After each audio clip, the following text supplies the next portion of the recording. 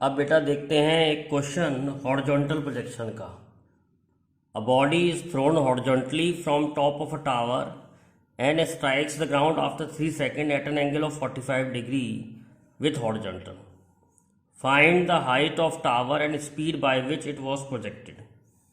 तो एक प्रोजेक्टाइल को किसी हाइट से u वेलोसिटी से फेंका गया मान लो। अब ये प्रोजेक्टाइल ऐसे जाएगा, तो इसका फार्मूला हम आपको पहले ही बता चुके हैं जब मैंने हॉरिजॉन्टल प्रोजेक्शन पढ़ाया था कि टाइम का फार्मूला होता है √2h/g। तो टाइम हमको दे रखा है 3 second. 3 second is equal to √2h/g। जी की जगह 9.8 ले लेते हैं, तो 9 into 9.8/2 is equal to h आ जाएगा। तो 9 into 4.9 is equal to H को सॉल्व करेंगे तो ये वैल्यू आ जाएगी 44.1 मीटर। अब हमें एंगल दे रखा है स्ट्राइक करने का। एंगल ऑफ स्ट्राइक जो है उसका फार्मूला होता है tan theta is equal to √2gh/u। तो tan थीटा हो गया tan 45 इज इक्वल टू √2 जी की वैल्यू मालूम है 9.8, 2 इंटू 9.8, एच की वैल्यू मालूम है 44.1/u। तो u की वैल्यू आ रही है √2 इंटू 9.8 इंटू 44.1।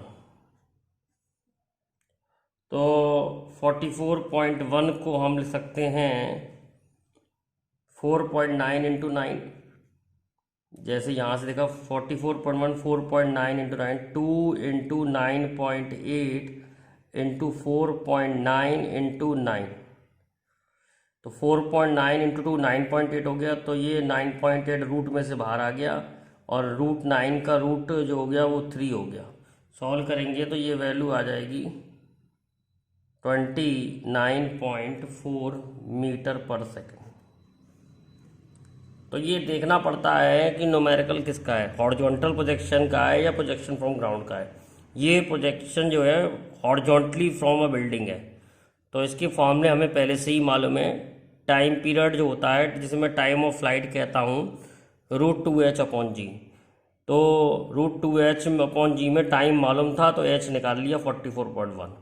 अब tan थीटा जिस एंगल से वो स्ट्राइक करता है वो हॉरिजॉन्टल के संग दिया होता है, हमें दिया हुआ है 45 डिग्री। तो tan थीटा होता है √2gh/u।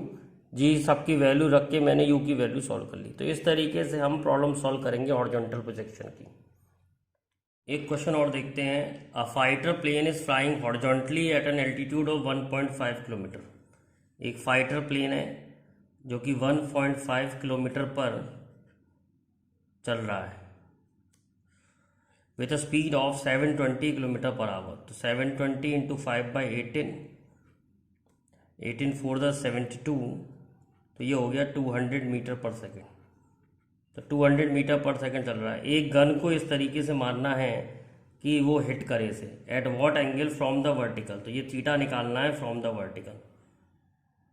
तो अगर ये वेलोसिटी हमको दे रखी है, गन की वेलोसिटी, गन से जो हमने बुलेट मारी है उसकी वेलोसिटी 600 मीटर पर सेकेंड है। तो कितना एंगल पर मारें कि वो जो है टकराए उससे जाके। तो बहुत सिंपल है, ये वाला कंपोनेंट वेलोसिटी का होगा u cos थीटा और ये वाला कंपोनेंट होगा u sin थीटा। तो ये मान लो t टाइम बाद टक्कर हो गई, तो t टाइम में जितना डिस्टेंस बुलेट चलेगी उतना डिस्टेंस जो है एरोप्लेन को चलना चाहिए। तो एरोप्लेन t टाइम में कितना डिस्टेंस चलेगा 200 इंटू टी। और गन से निकली बुलेट कितना डिस्टेंस चलेगी u sin theta into T. T और टी कैंसिल हो गए। 200 इज इक्वल टू u की वैल्यू दे रखी है 600 sin थीटा। तो साइन थीटा की वैल्यू जो है वो आ गई 1/3। यानी कि 0.3333। इसको टेबल से या कैलकुलेटर सॉल्व करेंगे तो थीटा की वैल्यू आ जाएगी 19.5 डिग्री। कुछ नहीं है, इसका एक्स कोऑर्डिनेट बराबर रख दिया है। एक्स कोऑर्डिनेट कितना होगा, एरोप्लेन का एक्स कोऑर्डिनेट कितना होगा, इसकी स्पीड इनटू टाइम, और बुलेट का एक्स कोऑर्डिनेट कितना होगा, बुलेट की horizontal velocity u sin theta है इनटू टी, तो u sin theta into t, दोनों के एक्स कोऑर्डिनेट बराबर रख के साइन थीटा की वैल्यू सॉल्व कर लिए।